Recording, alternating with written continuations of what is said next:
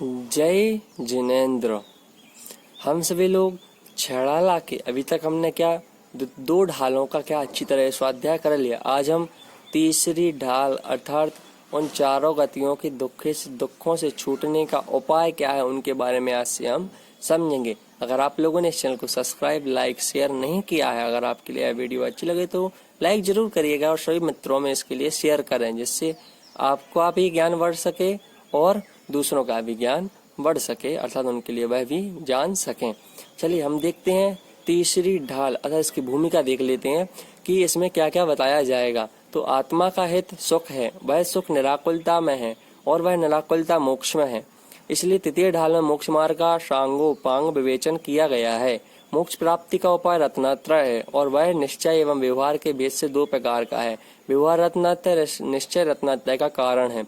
मोक्ष मार्ग में प्रवर्तन कराने वाले सम्यक्त के विषयभूत सातों तत्वों का कथन अजीव तत्वों के अंतर्गत षट द्रव्यों के लक्षण, 8 अंग, 8 मद और 6 अनायतनों के लक्षण तथा सम्यक्त उत्पत्ति के कारण जिनेंद्र देव परिग्रह बिन गुरु और दयायुत धर्म आदि को कहकर उसका प्रयोजन समझाया गया है कि बिना जाने दोषों का त्याग और गुणों का ग्रहण कैसे हो सकता है।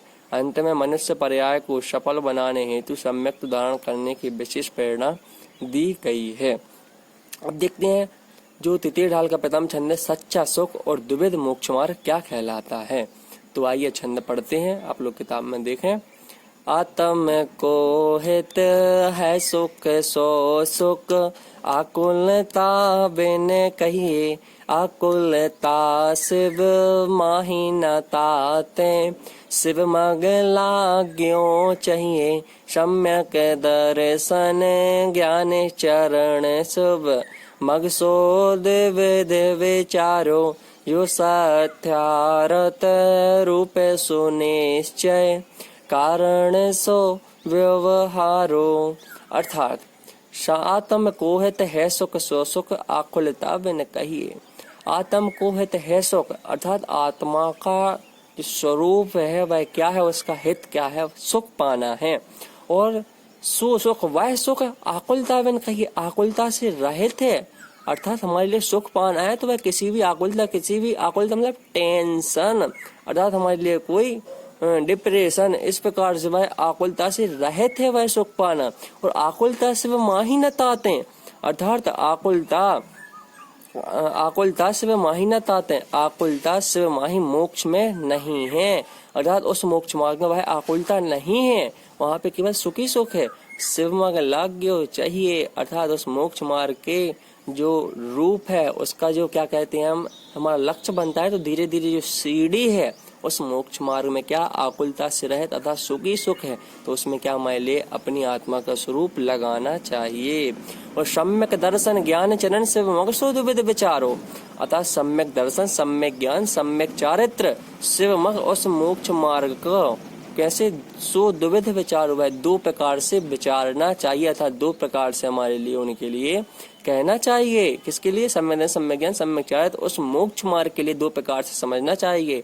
जो सत्यारथ रूप सुनिश्चय कारण सो व्यवहारो, अर्थात जो वह मोक्ष मार्ग क्या है, जो अर्थात जो सत्यारथ वास्तविक स्वरूप है सो वह निश्चय मोक्ष मार्ग है, और जो कारण अर्थात कारण स्वरूप है वह व्यवहार मोक्ष मार्ग समझना चाहिए।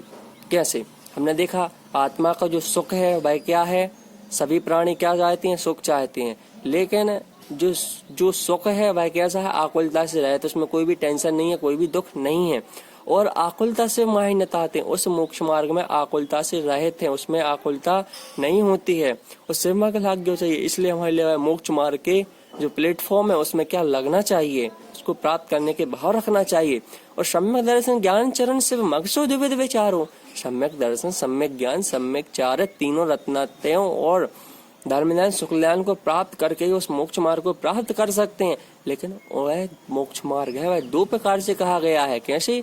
जो सत्यारथ रूप सुनिश्चय, जो सत्य अर्थात वास्तविक स्वरूप है वह क्या है, निश्चय मोक्ष मार्ग है, और जो उसका कारण स्वरूप है वह क्या है, व्यवहार मोक्ष मार्ग कहलाता है। अब निश्चय और व्यवहार कैसे हम जानते हैं, अपनी आत्मा में लीन हुए, अच्छे से ध्यान किया, जो धर्मज्ञान और शुक्लज्ञान होते हैं और सम्यक दृष्टि, सम्यक ज्ञान, सम्यक चारित्र, वह आत्मा से हमने क्या धारण किए।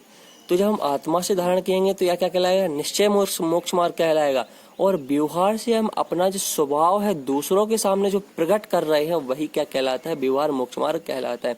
जो लोग कहते हैं निश्चय में लगो, निश्चय में लगो, निश्चय से करो, ध्यान रखना एक हाथ से ताली नहीं बजती, हाथ को दोनों ही हाथ से हमारे लिए क्या ताली बजानी पड़ती है। इसी प्रकार उस मोक्ष मार्ग में लगने के लिए, उस मोक्ष मार्ग प्राप्त करने के लिए निश्चय और व्यवहार दोनों से हमारे लिए क्या, इन दोनों को धारण करके वह मोक्ष मार्ग हमारे लिए क्या प्राप्त होगा। इसके बिना मोक्ष मार्ग असंभव है। हम मानते हैं कि जहाँ जहाँ आचार्यों ने निश्चय की बात की है उसी के उसमें न करके तो अगली गाथा में आचार्य कुंद महाराज ने समय सार में जहाँ जहाँ निश्चय की, हम उसको मानते तो निश्चय का ही ग्रंथ है, लेकिन जहाँ जहाँ निश्चय की बात की है उसकी अगली गाथा में या उसी में दृष्टांत के स्वरूप से व्यवहार की भी बात वहां पर की है। क्योंकि बिना व्यवहार के हम निश्चय में नहीं लग सकते हैं। निश्चय तो हम आराम से कर लेंगे, लेकिन हम आत्मा का स्वरूप तो अच्छे से कर रहे हैं, लेकिन दूसरों के सामने अगर हम प्रकट नहीं होने देंगे तो वहां पर मान लिया हिंसा आदि का, पाप आदि का क्या वहां पर दोष लगेगा, कर्मों का बंध होगा। तो हमारे लिए जो निश्चय से करेंगे वह हमारे लिए क्या व्यवहार से भी करना है। इसी प्रकार से दोनों से ही क्या वह मोक्ष मार्ग अर्थात आकुलता से रहित वह सुख हमारे लिए क्या प्राप्त होता है। अर्थ देखते हैं, आत्मा का हित या भलाई सुख पाने में है और वह सुख आकुलता या दुख से रहित है। आकुलता मोक्ष में नहीं है, कोई भी टेंशन मोक्ष में नहीं होती, वहां पर केवल सुख ही सुख होता है। इसलिए मोक्ष के मार्ग को अंगीकार करना चाहिए। अंगीकार मतलब धारण करना चाहिए। सम्यक दर्शन, सम्यक ज्ञान और सम्यक चारित्र एकता रूप अर्थात इन तीनों की एकता, तीनों को इकट्ठा करके मोक्ष मार्ग के स्वरूप का दो तरह से विचार करना चाहिए। जो वास्तविक अंतरंग स्वरूप है, अंतरंग मतलब अपनी आत्मा का स्वरूप है, जो वास्तविक जो सत्य है वह क्या कहलाता है, निश्चय मोक्ष मार्ग कहलाता है। और जो निश्चय मोक्ष मार्ग की प्राप्ति में कारणभूत है वह क्या व्यवहार मोक्ष मार्ग कहलाता है। और जो निश्चय को प्राप्त करना है वह हमारे लिए व्यवहार से करना ही पड़ेगा।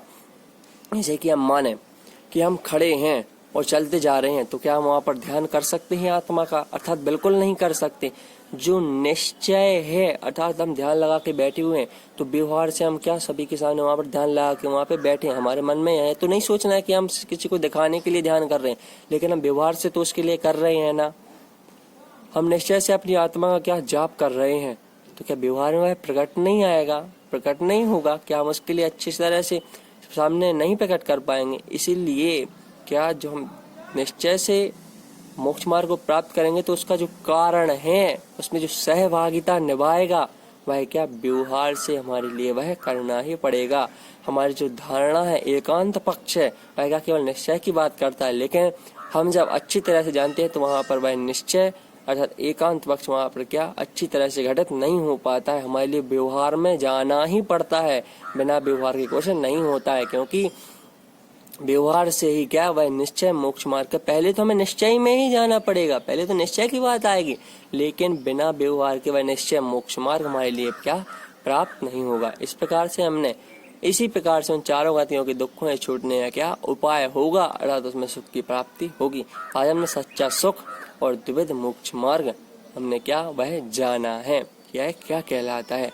कल हम अच्छी तरह से निश्चय रत्नात्रय का स्वरूप जो निश्चय रत्नात्रय सम्यक ज्ञान सम्यक चारित्र और मोक्ष मार्ग उसके बारे में अच्छी तरह से क्या जानेंगे। फिर उसके अगले ही चंद में क्या जानेंगे, हम व्यवहार के बारे में भी जानेंगे, क्योंकि कहीं पर भी दोनों कथन एक साथ ही किए जाते हैं, एक एक कथन अलग अलग नहीं कर सकते, क्योंकि इससे प्राणी भटक सकता है। इस प्रकार से हमने इसके लिए तीसरी डाल का प्रथम छंद समझा। अगर आप लोगों ने इस चैनल को सब्सक्राइब अपने मित्रों में नहीं दबाया अर्थात सभी के लिए नहीं भेजा हो और वीडियो अच्छी लगे तो इसके लिए लाइक जरूर करें, शेयर जरूर करें। आप सभी के लिए पुनः जय जिनेंद्र।